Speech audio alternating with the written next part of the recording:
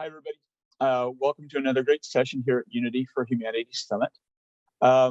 This is I wanted to set some expectations. We're going to be really focusing on digital health and well-being and consciousness, and less so in the metaverse in this session. Just wanted to set those expectations up front.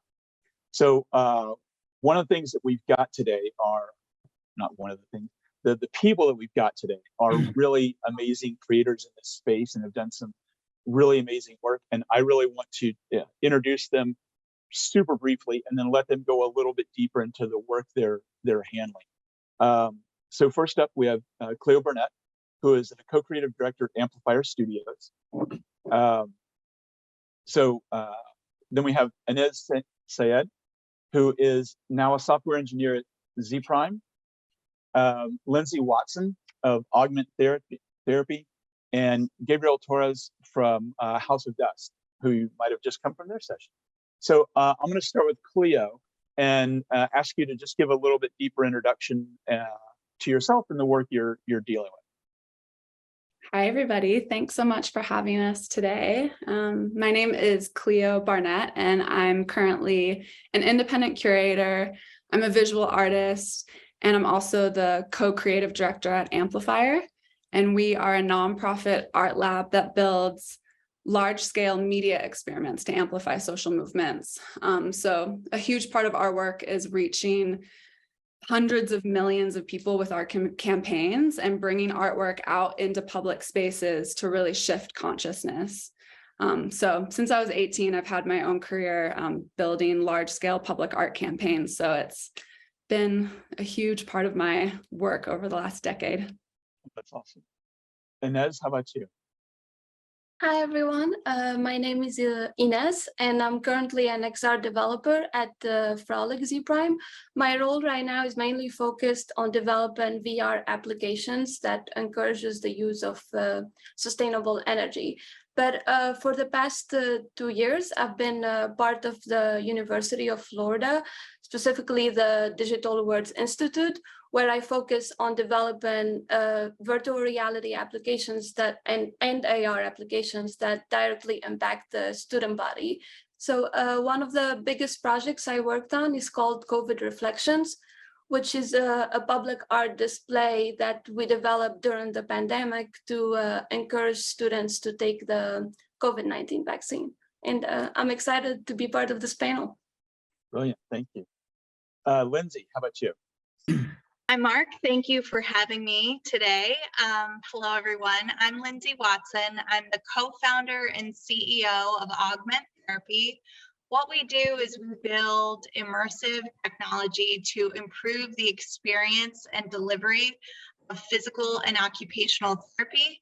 We're beginning with children, but we're also expanding into the adult market. And basically, we take those evidence-based exercises that are boring, that everyone has to do to get better, and we take those and we build an immersive environment around them. We immerse the patient in a unique way. However, we use the camera on a smart device and we filter content around their environment, truly altering the experience of those boring exercises that we all have to do. And we couple that with computer vision so we can actually capture objective data on the patient's movement.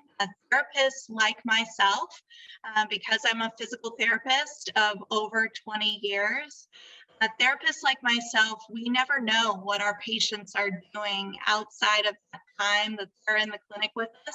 We usually have an idea that you're not doing the exercises that we prescribe you, but this software really does enable us to see what's going on when we're not with patients and improves the experience. And so we are in a number of children's hospitals across the country, skilled nursing facilities, and I'm excited to talk about the market and how our future is changing as we speak. That's great. And just as an aside, my son is currently at physical therapy right now. So love for him to be able to check up on what he's doing later because he has to keep at it. All right, Gabriel, thanks for rushing over here from the last session. And yeah, go ahead. Hi, everybody. My name is Gabriel Torres, originally from Colombia. I'm an artist and a cultural producer. I work with projects within community, creative placemaking. Everything that I do is for the community, by the community. And the reason why I'm here is because I've been working on a project called House of Dust, which is a project with 3 different areas to bring awareness about substance abuse in the Latinx queer community. I'm an addict in recovery, and the project was created as me trying to understand why I couldn't find healing, true healing. Has a media installation that talks about how sacred plants are turned into chemicals and my own story. Then we've been doing a series of activations on the Lower East Side, just gathering community to talk about it and try to destigmatize the subject. And we also created a game called House of Dust, the game, which is a game created with research by a doctor in UCLA called Dan Siegel. We took on something called the Wheel of Awareness, and we turned it into 3 different activities, very simple activities, with the prompt of, if you were about to reach out to your dealer for substances, could you play something to contrast it, something to help you release the cravings and the anxiety? We did a small focus group at the LGBT Center with support of Unity last year. And we got some really cool findings just about how people utilize coping mechanisms and just equity and access, and how something so simple could be so meaningful to Brilliant. people who are in recovery. Awesome.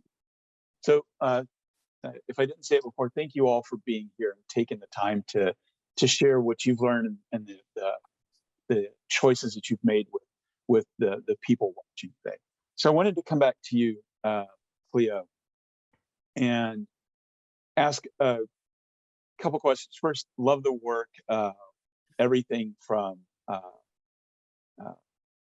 the art and the AR activations. One of the things that I wanted to ask about, though, is when you're currently working on a program with mental illness, mental health in youth. How do you approach bringing AR into that topic? Right? Like, how do you think about what do those choices look like in terms of marrying that cause and that technology?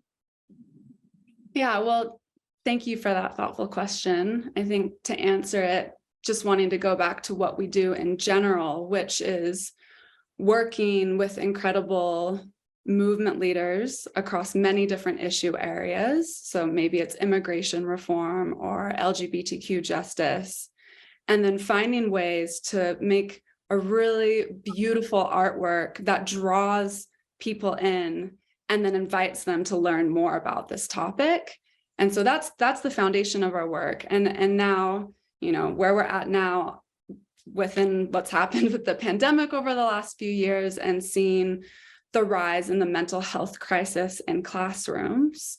You know, we have already built this. We've built one of the largest networks of educators committed to amplifying progressive movements in their classrooms. We're a super small organization, but literally just by putting a shout out on our social media saying, well, send free artwork to classrooms, we're now able to reach over 1 million students in every state across the US. And so we're really in service of that network, and we really create artwork around what that network is asking for. And so now there's the largest mental health crisis that we've ever seen in classrooms. And so we have an opportunity, thanks to Unity, to create a series of artwork for the classrooms. And so before, we've done like 2-dimensional artwork, and that's really beautiful, but we're like, we want to bring more life to the voices of these topics. And so that's where AR really comes in, is we're able to create a beautiful artwork, and we're able to make it really accessible to teachers. So right now we're working on all Black and white artworks, but then through AR technology, the whole artwork comes to life and it comes to full color, and you're able to maybe be guided through meditation, or you're able to talk about how you can address bullying that's happening in the classroom. And all of the resources all of the artworks have a teaching tool that goes with them, have audio that goes with it, have this AR visuals that go with it. And it's all addressing social emotional learning, which is what we've heard from the teachers was the most impacted during COVID, is literally young people are having a hard time even just looking each other in the eyes and building friendships or creating boundaries or, developing their own self-esteem. So yeah, and I feel like honestly, these are things that we all need to work on. We're Sure. online all the time. And, so I'm really grateful to be doing this work and so grateful for Unity for the opportunity to build this series. It's really, really meaningful. No, that's awesome. And super happy to work with you. Gabriel, I had a question for you, but first I got to say, way to not pick like one thing, but like three different things at once to go after, right? So it's my background is I'm actually an anthropologist. So situating something like addiction in the context of a couple of other different cultures is really meaningful. And I've got kind of the same questions. What kind of design choices go through your head when you're like, I want to address these questions or I want to tell these stories? And then I've got this palette of technology or technical choices over here that I want to bring to it. What does that look like when you're trying to marry those two up?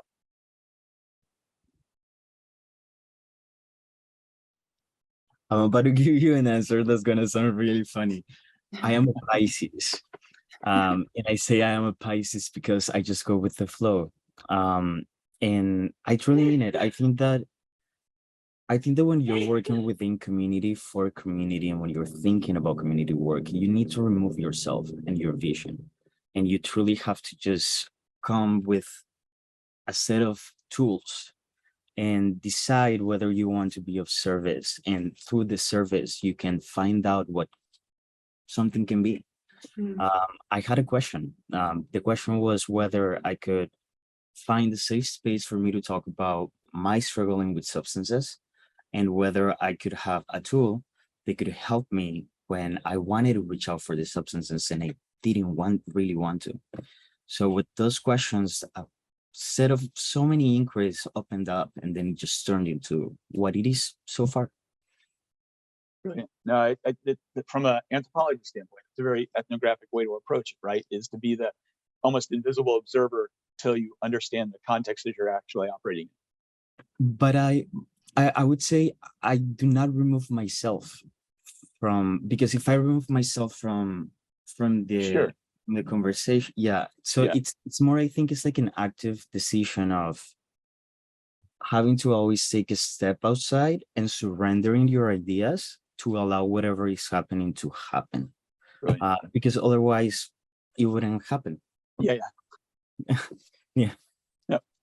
So Ines, I wanted to come to you and ask about you did this amazing work in terms of really important stuff in terms of getting students to take COVID vaccine testing.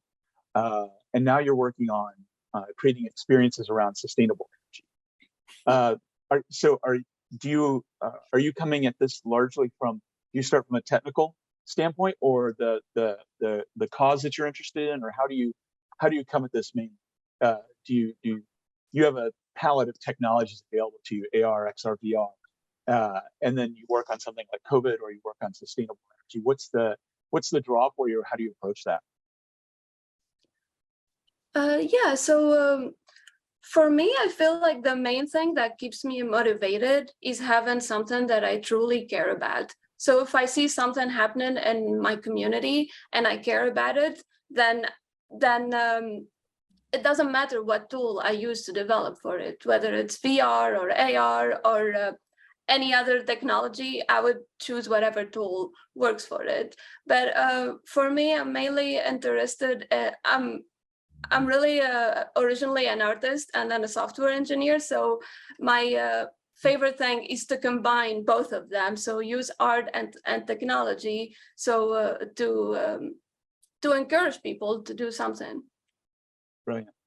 Now, Lindsay, one of the questions I had for you is, you said you've been a physical therapist for, I think you said 20 years now. And I'm wondering, did that level of expertise in the field, was that a benefit or a hurdle in terms of bringing something like AR into the mix? Well, I have to be honest.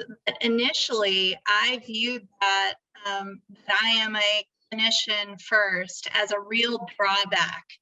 I don't have technical prowess. I am a consumer through and through. That's how I viewed technology that was out in the market. But I really think I was wrong. When I looked at the other technological solutions in the space I was in, the vast majority of those technologies were built by people that actually had never even practiced a day of physical therapy in their life. So my inspiration came from watching my patients.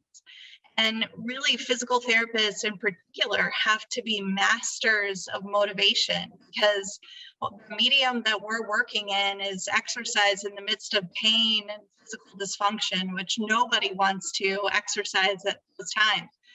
So I really always had to be very aware of what was working to motivate patients and what wasn't. And the vast majority of the patients I worked with were kids. And I watched those kids game all the time. And I kind of became obsessed with daydreaming about games they were playing with and how I would modify them to make them work in a therapeutic world. And one of the favorite tools that clinicians like myself like to use are mirrors. And we do that for medical purpose. What we're doing is we're actually creating a brain-body connection, which is called proprioception. And a lot of kids actually lack proprioception in their early years. And if they have a medical diagnosis, that's an often very difficult skill for that brain and body to really connect themselves. So that was the spark moment for me, was how could I turn the camera around on the patient and facilitate good medical benefit, use that digital content to motivate them. And that's truly how Augment therapy was born, was this combination of gamification elements plus that digital mirror therapy experience. Sure. I've been through physical therapy myself, and when my son had an accident and dislocated his shoulder and it had to be built a little bit, and he was getting ready to start going through PT, and I said, these people are going to hurt you and you're going to be better for it. So just deal with that. But you had to do it. Yeah, they do say PT stands for pain and torture. So, it's a mantra that in a good way, Right.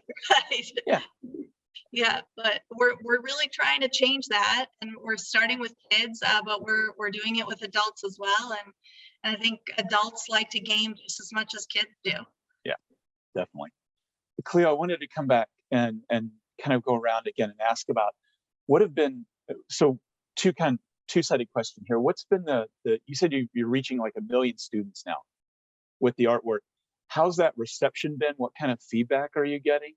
And what have been the biggest hurdles to getting to more, right? Or what would be the most helpful thing to get to 2 million or 3 million? That's a good question. Yeah, so reception has been amazing. It's quite unique in our body of work, because a lot of the times we're working with organizations who reach out to us and hire us to build campaigns for them. But for our education network, we've fully self-funded the whole thing through Kickstarter campaigns and through crowdfunding campaigns. And so what's been really amazing is that we've been able to really create content that we are hearing from the educators that they want for their classrooms. We've been able to work with a lot more grassroots organizations who we don't normally have the opportunity to work with, that we feel like are creating the powerful messages that young people would be amazing if they had access to hearing. And then another thing is the education network's the only way we've been able to get really, really strong data around the impact of our artwork. And so through surveys with educators, we found out that over 70% of educators who took our surveys reported that bullying was decreased in their classroom after our artwork was on their walls for a year. And so it just really goes to show the power of advertising, and what we consume really does impact how we see ourselves and how we relate to each other. So yeah, it's just, I had a really hard time in school for a number of reasons. And so being able to kind of interrupt that and share the work of people like Adrienne Marie Brown from Emergent Strategy, or Ai-jen Poo from the Domestic Workers Alliance, is just really incredible. And challenges are, we have to self-fund it all, which is also the opportunity. But so grateful to partners like Unity who have helped. So this is one of the first times that we've had a partnership to help create this work, but they've fully trusted us again to do a human-centered design approach where we talk to students, educators, and mental health professionals. And through those conversations, all the resources are created. So yeah, so really grateful. That's awesome. Yeah.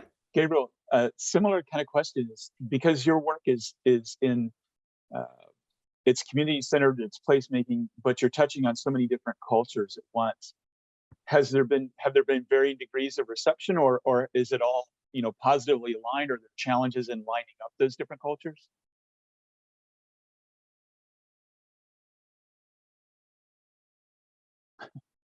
I always can't tell if that was a really good question or a really bad question. Is I think I never thought about this because at the basis of the project is a need, right? Is the need of really understanding addiction. The way that the project began was because I had an overdose, and I had tried to go through many different facilities and recovery programs, and nothing was working for me. And after that, I said, I have to figure out something for myself that is going to work for myself. So I started to investigate a lot. And in my investigations from a national agency and a couple of other nonprofit organizations that work with Latinx people that are struggling with addiction, I found out that there was a lot of miseducation about substances inside of my communities. And that led me to then think about, how can I make a project that talks about my experience, because I want to release this into the world so that it's just there. It's like out of myself. I'm an artist. I express myself that way. But on the other side, I can bring awareness. And when I was working on that, then the pandemic happened. And I started to think a lot about how there's a lot of people that had overdoses during the pandemic. And what happens when you only have your phone with you and it's your only friend? So then the idea of the game happened. It has always been like just this journey of one thing coming and then just creating the space for it to happen. I've never thought about what cultures are intersected within the project. I think that at the basis of it, just on a cultural thinking perspective, is a connection to the land and a connection to the spirituality behind the substances, and whether that can be achieved without thinking of the drugs, or rather just the connection of the human spirit, which I think is very Latinx in a way. I grew up my mom was an alcoholic, and so I grew up in that environment, and thinking about all the experience that I had at AA meetings and Alan. An immersive experience like this could have been, I wouldn't have had to go to so many church basements and, smelled so much cigarette smoke growing up. If this had been, or felt more connected to people if this had been a possibility then. So really, I love the idea that at the base, the thing that unifies it is figuring out this addiction. And, one of the things that you said struck me as one of the things they say in it all the time is negative playmates, negative playgrounds, meaning you need to, sometimes you need to change people and change places to get rid of the addiction. And this could show an interesting path for them. And one of the things I wanted to come to you on is because we've heard a couple of different places here how COVID really impacted the work that you all are addressing. And what was that like for you? You were right in the middle of it, trying to get students at UF to take COVID testing. what was that spark that made you think, okay, I know how to do this? Or was it, just looking around and seeing the technology that people are touching every day and think that's a way to reach them? Or how did you make that decision to try to reach out to people that way?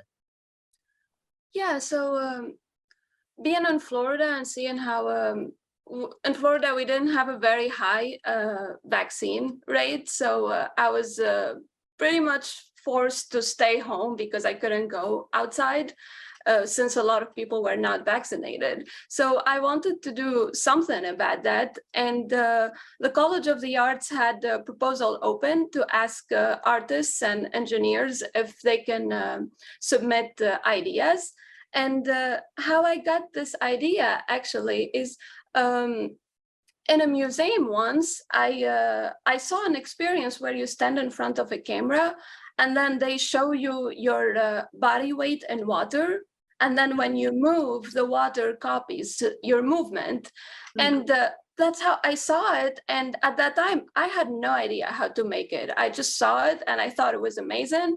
And I said, I want to use this platform to encourage somebody to do something. So when I heard about the grant, I kind of combined both of the ideas together and used the 3D model to copy the movements of the person in front of the screen and then show the effects of COVID on the body. And along with that, we actually had a vaccine unit right next to the display so people can go through the experience and then take the vaccine right away.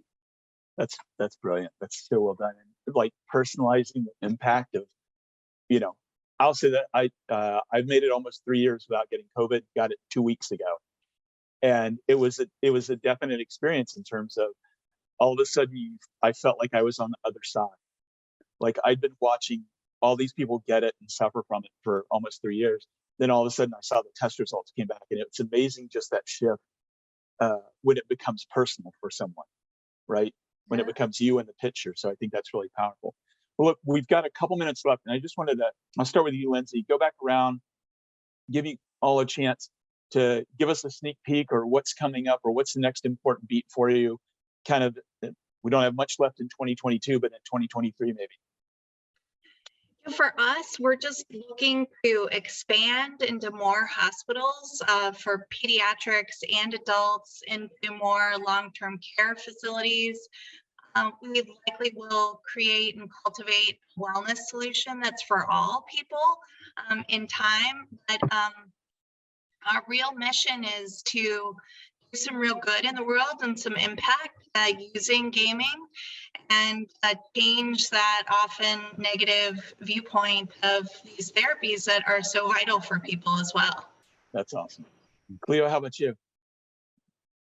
I'm really excited that we're going to continue to focus on mental health and well-being, public health and safety.